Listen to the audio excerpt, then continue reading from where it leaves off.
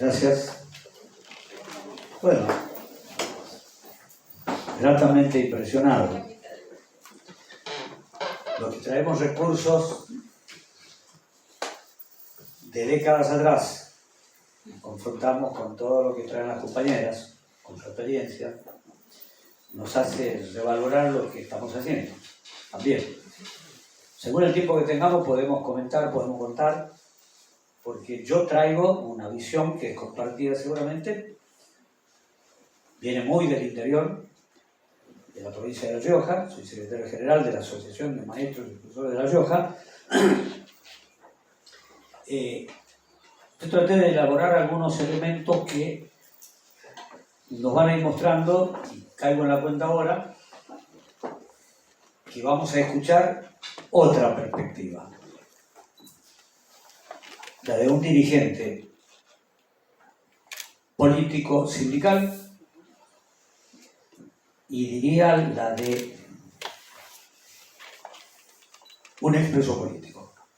Acá se está hablando mucho y muy afortunadamente de la repercusión que tuvo la detención de papá y mamá. Yo fui uno de los papás detenidos, no desaparecidos por esos azares de la... Vamos a ver qué escribimos, porque hay cositas que no las quería olvidar. Bueno, en primer lugar, saludar el nombre de la Asociación de Maestros y Profesores de La Rioja, que es un sindicato fundador, además de la CETERA. Yo fui delegado en las sesiones preparatorias en Huerta Grande, de Huerta Grande, en agosto del 73. Yo participé en los debates previos en la escuela Álvarez Thomas, en la capital federal, un 11 de septiembre, previo a la fundación de CETERA.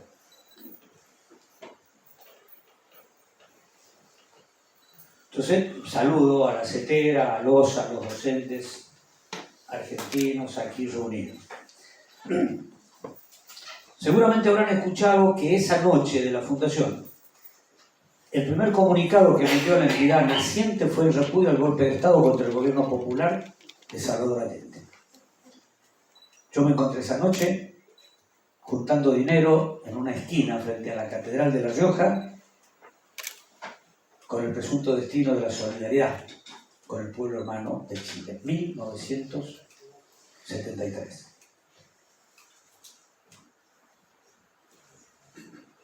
Tres años después de la fundación de CETERA, no por casualidad, los docentes fuimos el blanco del terrorismo de Estado.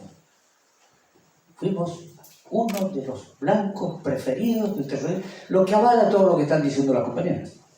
Absolutamente. Siendo el colectivo de trabajadores más golpeado, con más de 800 detenidos desaparecidos. Es un trabajo que se sigue haciendo de la Secretaría de Derechos Humanos de CETERA.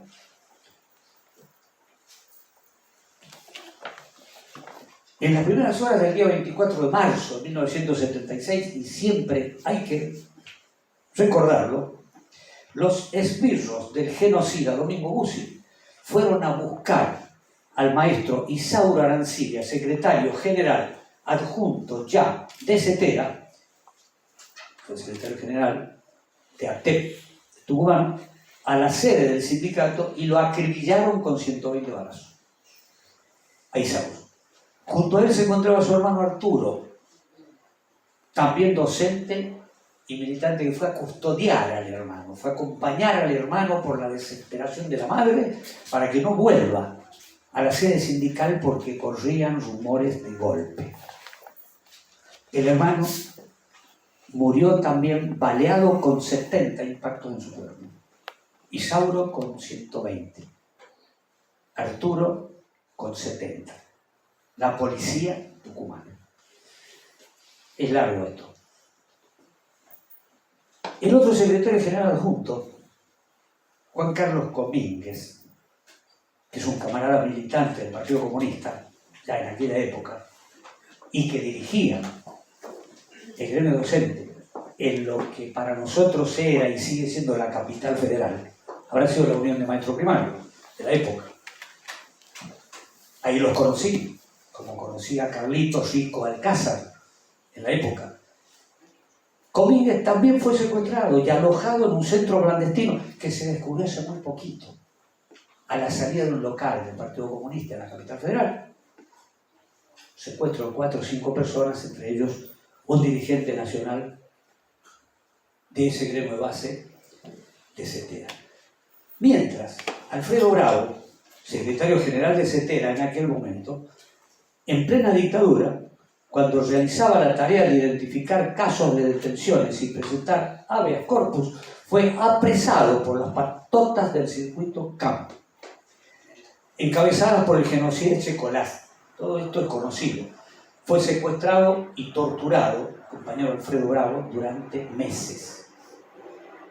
Similar fue lo que me tocó a mí, personalmente, que fui secuestrado el 24 de marzo, alojado en un centro clandestino que funcionaba en la cárcel de La Rioja, pero primero pasamos por la sede del ejército y luego trasladados, entre otros penales nacionales, a Sierra Chica, una cárcel que era conocida entonces y siempre como para presos de máxima seguridad, sería, presos de mucha peligrosidad. Esto también se manifiesta en la cosa que te da la introducción. Así nació la CETERA. Esto estamos viendo hoy. Atravesada por estas historias. CETERA está marcada por el terrorismo de Estado. Esta es, fue y será nuestra lucha. Esto me trae a la memoria lo que escuché alguna vez de la compañera Estela Maldonado, en el sentido de que esto que estamos construyendo nosotros, que ha cumplido 50 años, es un organismo de derechos humanos. Hemos abrevado en eso. Hemos aprendido y hemos enseñado. Entonces, esta escuela que lucha, que enseña. Yo digo, saludo de la memoria a la gran compañera Estela Maldonado. Pero también hacía referencia con esto a la enorme agenda que tenemos por delante con la lucha por el ejercicio pleno de los derechos humanos en democracia. Y anotaba yo, porque el gatillo fácil se llevó miles de pibes de 1983. También está reflejado en las expresiones de las compañeras. Se llevó miles de pibes desde 1983. El gatillo fácil. Porque en democracia, precisamente en 2006, ya había desaparecido Julio López. En 2007 asesinaron a Carlos Fuentealba. En 2017 desaparecieron Santiago Maldonado, quien luego apareció en el mismo lugar donde lo vieron por última vez, con vida, y donde lo buscaron por meses. Estamos acostumbrados a esto. Así podemos citar decenas y decenas y decenas y decenas de hechos. El destino de María Vilte no es tan desconocido, pero bueno, hay que hablar más de María Vilte. Como hay que hablar también más de Carlos Requena, de Eduardo. Pero lo de Isauro es el paroxismo de la dictadura. Esto de hacer un operativo policial, corte de luz en 2 o 3 manzanos cercanos a la calle Congreso, donde funcionaba la sede de ATEP. No hubo secuestro, hubo asesinatos de 2 hermanos. Y hubo una decisión que a algunos de nosotros también nos tocó tomar, salvando las distancias, que fue la de no irnos, la de no ocultarnos.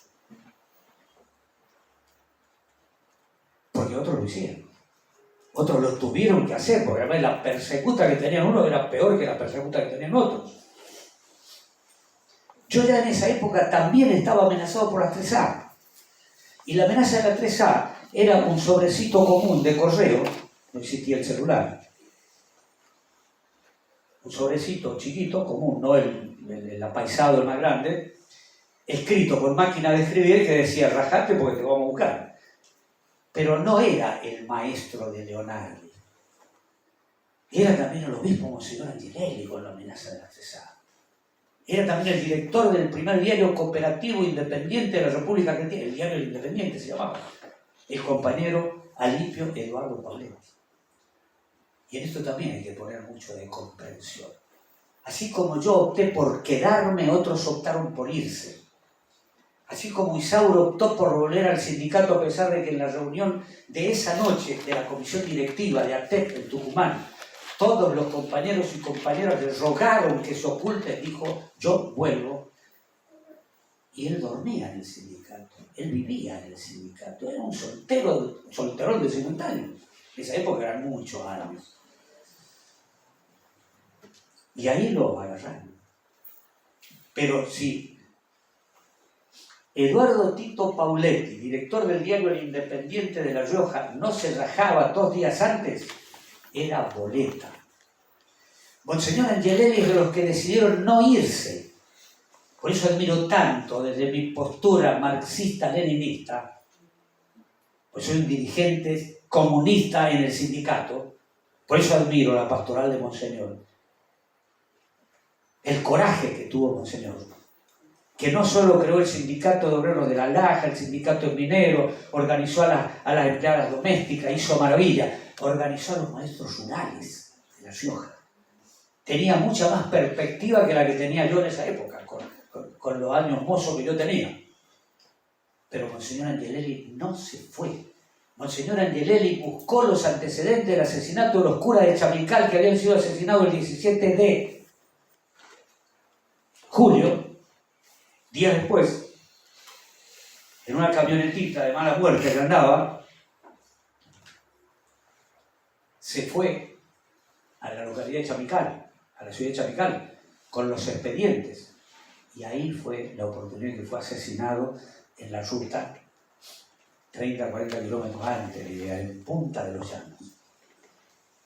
Hay cosas realmente admirables y para destacar. Compañeros de la época, hay una monja que fue de otro lugar del país, seducida por la doctrina social de la iglesia de Monseñor Angelelli, y se quedó a vivir prácticamente bajo un árbol en Punta de los Llanos, porque ahí lo habían asesinado a Monseñor Angelelli. Esto me hace pensar a mí en otras reflexiones, tal vez no vengan al caso, pero las voy a tirar. No siempre uno tiene la oportunidad de decir cosas que deben quedar, ya que veo que se filman, se graban. No es como en aquella época en que no quedaban en la foto. Nosotros tenemos que construir un nuevo sujeto histórico, político. Un compañero de militancia mío llamado Patricio Echegaray, un sanjuanino, que militó de muy joven conmigo, en esa época nos planteábamos el llamado sujeto pueblo. No es un partido político, no es una expresión político-partidaria, es eso pero mucho más, recargado. Es lo que podría ser yo hoy, más el nacionalismo popular, nacionalismo que es el que practica la mayoría de ustedes, de mis compañeros, trabajadores y trabajadoras de gobierno, particularmente la CT, nacionalismo popular revolucionario, o como se llama.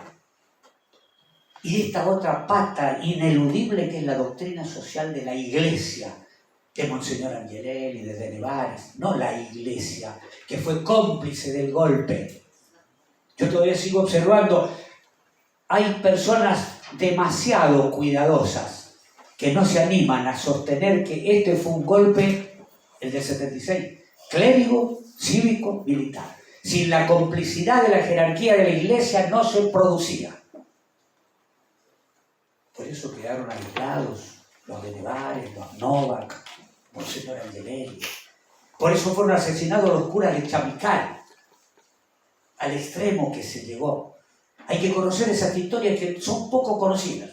Yo tengo la suerte de conocerlas porque mi compañera, que es la abogada de mi sindicato, está en los juicios de deshonorabilidad hace 20 años. A uno de los curas de Chamical, con tanta perversidad, los militares argentinos, que de argentinos no tenían nada, una de las torturas terminó siendo envolver alambre de púa en los testículos del cura.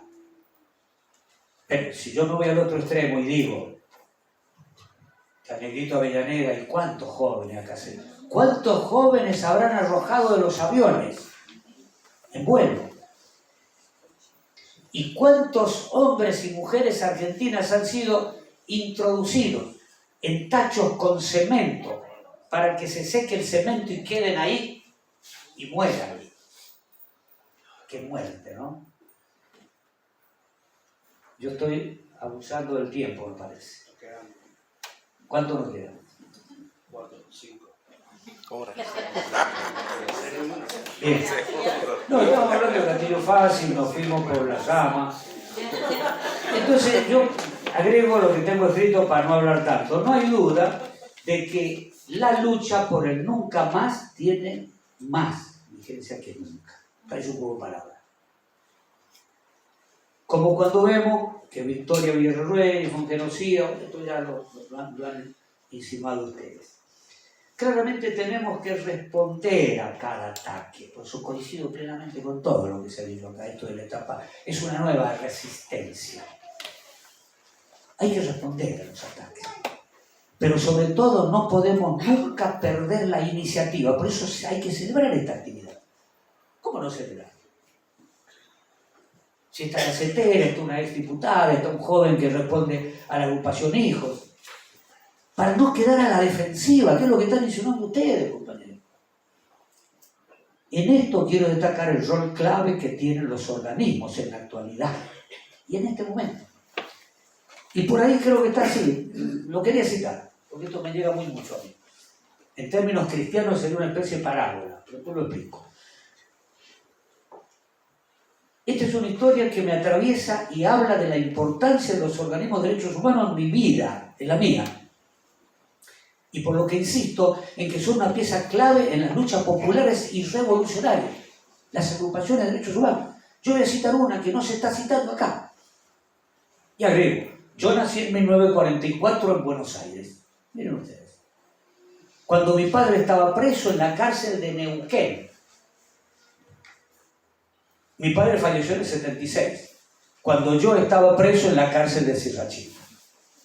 Una suerte de parábola, dicho en términos católicos, cristianos, no sé.